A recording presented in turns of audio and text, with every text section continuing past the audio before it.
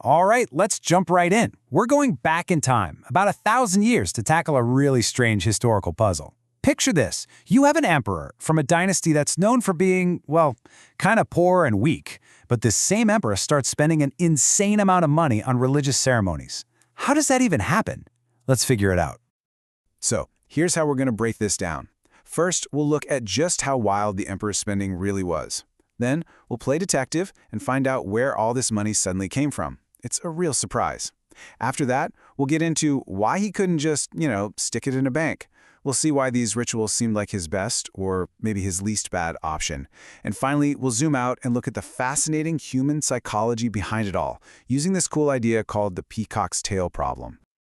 Okay, so let's meet our main character, Emperor Song Zhenzong. Now, what's interesting about this guy is that he had a reputation for being careful with money, thrifty even. But, and this is a big but, during his time as emperor, he started spending absolute fortunes on these huge over-the-top rituals. That just doesn't add up, right? That's the mystery we need to solve. And that really gets to the heart of it, doesn't it? The big question is this. We're always told the Song dynasty was poor and weak. So why in the world would its emperor pour so much cash into something that on the surface seems completely unnecessary? To really get a sense of what we're talking about, just look at this number, 8.5 million. In the year 1011, just one ceremony, cost 8.5 million strings of cash. For the 11th century, that is an absolutely mind-boggling amount of money. Okay, so how much is that really? Let's put it in perspective. At the time, the Song dynasty had to pay their neighbors to the north every year to keep the peace. It was like a huge annual bill. Well, the cost of that one single ritual could have paid that bill for nearly 30 years. Wow. So yeah, this wasn't just a small splurge. This was off-the-charts spending. Right, so the first thing you're probably asking is, if they were so poor, where did all this money come from? And the answer is really not what you'd expect. It wasn't from raising taxes, it wasn't a sudden discovery of gold, it came from peace. You know, the emperor's top advisor, a guy named Wang Dan, put it perfectly. He said, the cost of peace is not even 1% of the cost of war. Think about that. The Song dynasty had just finished a super long, super expensive war, and suddenly, all that money they were pouring into the military, it was just there, freed up. And the difference was just huge. I mean, the cost of keeping the peace was just a tiny fraction of what it cost to fight the war. What that meant was, overnight, the government had this giant pile of extra cash, a massive surplus with, no real job for it to do. There's actually a term for this. Economists call it a peace dividend. But a much simpler way to think about it is this. It's like the entire country suddenly won the lottery. Seriously, they just stumbled into this giant pile of cash they never expected to have. Now, today, if a government suddenly had a ton of extra money, what would they do? Probably invest it, right? Or save it for a rainy day. So why didn't the emperor do that? Well, the thing is, back in the 11th century, there really wasn't anywhere for that money to go. It really comes down to a different way of thinking. See, we have a very modern mindset. We tend to believe in progress, that things will keep getting better, so we invest for the future. But the traditional mindset was more cyclical. They believed that life was a series of ups and downs. Good times come, but bad times will always follow. So for them, wealth wasn't something you grew. It was something you just tried to hold on to before the next downturn. And honestly, that mindset made a lot of sense back then. Think about it.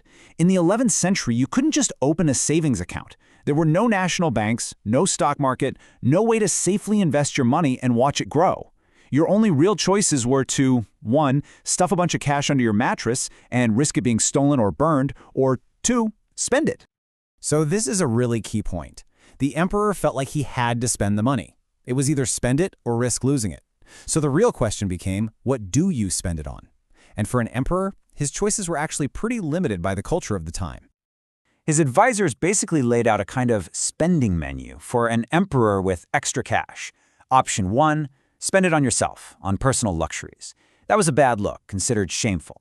Option 2, start another war. Very risky, very dangerous. Option 3, build some big public works like palaces or canals. That was seen as acceptable. And then there was option 4, perform huge religious rituals to honor the gods and ask for blessings for the kingdom. In their world, this wasn't just acceptable, it was seen as a noble and essential duty. Okay, but let's go a little deeper, because there's a more universal reason for this kind of behavior, something that's really about human nature. It boils down to the difference between the things we need to survive and the things that we feel give our lives meaning. So first up, you've got what we can call survival goods. This is exactly what it sounds like. Food, water, shelter. The absolute basic stuff you need just to stay alive. And on the other hand, you have utility goods. Now, these things won't necessarily keep you from starving, but they're what give us happiness, a sense of purpose, a feeling of meaning. We're talking about things like art, entertainment, religion, things that make a life worth living. Now, here's the surprising part. The logical thing to think is that people only care about those utility goods after they've got all their survival needs covered, right? But what's fascinating is that history shows us that's often not the case at all. People will frequently choose things that give them meaning even when they're struggling to survive. And you see this pattern all throughout history. The ancient Egyptians spent incredible wealth building pyramids for the afterlife. People in medieval Europe, who were often very poor, came together to build these gigantic, beautiful cathedrals. And it's not just ancient history. Even today, studies have shown that in some very poor villages, a family might buy a TV before they have a stable food supply because that TV connects them to the world and gives them a kind of happiness and meaning. Okay, so we can see why the emperor might choose to spend his extra cash on rituals. It makes a certain kind of sense, but that still doesn't explain why the spending got so huge, so out of control. And for that, we need to talk about our last big idea, something called the peacock's tail problem.